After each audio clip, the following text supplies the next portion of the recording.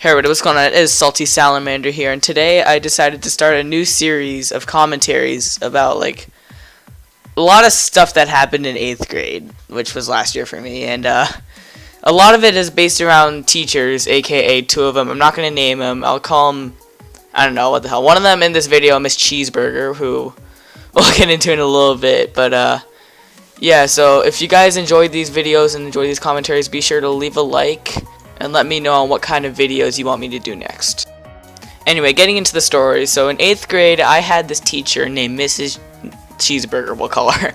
And she was interesting, to say the least. And she was, like, a little bit on the chubbier side. She had a really weird personality, and I really despised her. Like, you know when it's a problem when your teacher has a weird addiction to Pokemon, and she was like, she had a whole list of cards that she wanted on her whiteboard, and I was so confused because nobody knew what she was talking about, and there was like these weird names like Charmeleon and Squirtle and Jigglypuff. Like, I mean, I used to play Pokemon, like I know what those are, but half of the people, they're like, who the hell is Squirtle? And I'm like, I'm playing off like I don't know what it is, so I try and take like a weird guess. I'm like, oh, it's probably some weird water creature because, you know, squirting water, and they're like, oh, that makes sense. But just imagine, like, you don't know what Pokemon are, and you hear the name Jigglypuff. Like, that just sounds so messed up. Like, I don't know who came up with that name, but whoever they are, they must be some weird twisted guy. Anyway, one day I was sitting at my desk right at the front of the classroom, and the bell rang, and she walks over to me, and she gives me a $6 bill, and I'm like, Miss Cheesburger. That's actually not her name, by the way. Just hopefully you guys know that. Mrs. Cheesburger, why are you giving me the $6 bill or $5 bill, whatever I said? And she's like, oh, I want you to go to the lunch line and get me a cheeseburger.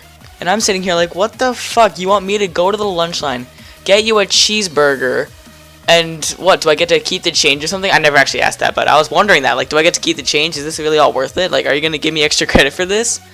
And so I did what I've been told, and I just went to the lunch line, grabbed her a cheeseburger, walked back, and she took the money. I'm like, I'm thinking, why did you make me do this? I mean, it's just a cheeseburger. Can't you just walk out? Because we were like right next to the lunch line, and I handed her the cheeseburger, and she just lets me out of class. I was like, I was so confused about that experience, and it wasn't traumatizing, but it was just like really confusing. Like, I mean, I guess like she kind of liked me for some reason. I don't know why. I was a really bad kid, but I mean, I was good at math, but like I never actually did any of my homework. But anyway, so yeah, she just like, I don't understand her. And like, teachers, they ask their kids to do stuff, and they're like their mini slaves almost. Like, if I were a teacher, I'd probably be like telling my kids to go all over the place and find me all this stuff that like I need. Like, yo, Jimmy, go get me a cheeseburger, or Kyle, go get me a chocolate bar from your backpack. And then they'd have to do it because you're like the teacher, you're the boss of them. I mean, sure, you'd probably get fired for that, but like, what if you forgot to get like your son or daughter a present, and you're like,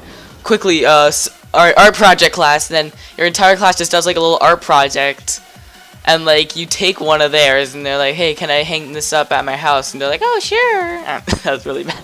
That was a really bad voice impression. But so like, can I hang this up in my house? And they're like, yeah, sure. And you just take it and give it to your son or daughter, and you're like, happy birthday, son. And it's like, oh, thank you, Dad. I don't know. That'd just be really funny if that actually happened before.